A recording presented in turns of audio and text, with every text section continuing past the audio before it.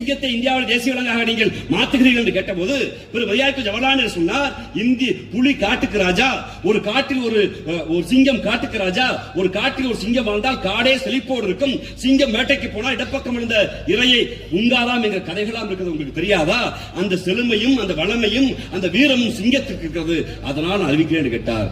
எங்கள் தலைவர் மரியாதைக்குரிய அண்ணா கேட்டார், உங்கள் பெரும்பான்மை தத்துவம் சரி என்றால் இந்தியாவில் பெரும்பான்மை மக்கள் இந்தி பேசுகிறார்கள், அதான் இந்தியாவுடைய ஆட்சி மொழி ஹிந்தி என்று சொன்னார். இந்த நாட்டுக்குள் சிங்கம் அதிகமாக இருக்கிறதா, திருநாய் அதிகமாக இருக்கிறதா கேட்டார். நேரிடம் பதில் இல்லை. அடுத்த கேள்வி கேட்டார், இந்தியாவுடைய தேசிய பறவை என்று கேட்டார். ஜவஹர்லால் நேரு சொன்னார், இந்தியாவுடைய தேசிய பறவை மயில் என்றார். உங்களுக்கு தெரியாதா? உங்க ஊர்ல கார்மேக கோனார் என்ற ஒரு புலவர் இருக்கிறாரு. அவர் சொல்வாரு, ஆடுகிற மயில் ஆடுகிற போது வானத்திலிருந்து மழையே பெய்யும், தோகையும் ரெக்கையும் அதிகமாக கொண்ட மலை அந்த மயில் அழகூற கொண்ட ஒரு பறவை, இருக்கிற பறவைகளே அழகு கொண்டு அது அந்த மயில், அதனால் இந்தியாவுடைய தேசிய பறவையாக மயிலை அறிவிக்க என்று கேட்டார்.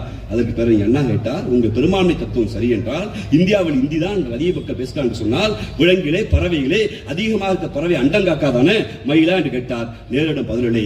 அப்போதுதான் மரியாதைக்குரிய எங்கள் பேரறிஞர் அண்ணா சொன்னார், மொழி என்று வருகிற போது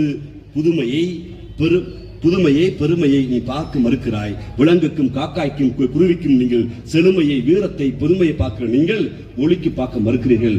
ஒருவேளை தொன்மமும் பெருமையும் கொண்ட ஒரு மொழியை இந்தியாவின் தேசிய மொழியாக அறிவிக்க வேண்டும் என்றால் வெறும் 500 ஆண்டு காலம் கொண்ட இந்திக்கு தேமா இனிமா புளிமா வாய்ப்பாடு கிடையாது. ஆனால் எங்கள் தமிழுக்கு 5000 ஆண்டு கால வரலாறு உண்டு, இலக்கண இலக்கியம் உண்டு, செழுமை உண்டு. ஆனால் நான் தமிழை மட்டும் கேட்கவில்லை, இந்தியாவில் இருக்கிற 16 அட்டவணை மொழிகளையும், தெலுங்கையும் கன்னடத்தையும் மலையாளத்தையும் ஒரியாவையும் போஜ்பூரியையும் மராட்டியையும் குஜராத்தியையும் பஞ்சாபியையும் காஷ்மீரியும் கோடுவும் தூண்டும் மைதிலியையும் சாந்திலியும் செத்து போன மந்திர மொழியாக தட்டுல காசு போடுங்கோ என்று கேட்கிற பிச்சைக்கார மொழியாக இருக்கிற சமஸ்கிருதத்தையும் சேர்த்து நீங்க அறிவிக்க என்றுதான் கேட்கிறோம். அவன் முடியாது என்கிறான். நீ முடியாது என்று சொன்னால் ஒதுங்கி போவதற்கு நாங்கள் ஒன்றும் மோடி மஸ்தான் பிள்ளைகள் இல்லை. இது திராவிட நாடு, இது பெரியார் பிறந்த நாடு, இது பெரியார் பிறந்த நாடு. அன்பு கொண்ட மோடி அவர்களே, ஒன்றை மட்டும் குறித்து வைத்துக் கொள்ளுங்கள். ஹிட்லர் என்கிற ஒரு மனிதன் இருந்தான். அந்த ஹிட்லர் உலகில் எல்லா நாடுகளும் சண்டையிட்டான். பக்கத்தில் இருக்கிற நார்வையை, பக்கத்தில் இருக்கிற டென்மார்க்கை, பக்கத்தில் இருக்கிற பிரான்சை எல்லாத்தையும் வென்றுவிட்டு இருக்கிற நாடுகளில் ஜெர்மானி இனம் தான் பெரிய இனம், ஜெர்மன் மொழி தான் மூத்த மொழி, நான் தான் பெரியவன் என்று இருமாப்போடு ஆயுதத்தோடு சண்டையிட்டுக் கொண்டான். வந்தவன் பல நாடுகள் வென்றவன் ரஷ்யாவுக்குள்ளே வந்தான். உள்ளே ரஷ்யாவுக்கு காரல் மார்க்சின் பொதுவுடைமை தத்துவத்தை வைத்துக் கொண்டு ஸ்டாலின் என்ற தோழன் ஆண்டு கொண்டான். ஸ்டாலினிடம் சண்டையிட்டான்.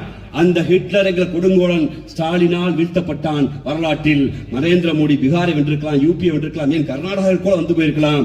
ஆனால் தமிழ்நாட்டுக்குள் வந்தால் பெரியாரும் பேரறிஞர் அண்ணாவும் கலைஞரும் கொண்ட தத்துவம் கொண்ட முத்துவேல் கருணாநிதி ஸ்டாலின் இருக்கிறார். அந்த ஸ்டாலின் ஹிட்லரை வீழ்த்தினார். பாசிஸ்ட் தன்மை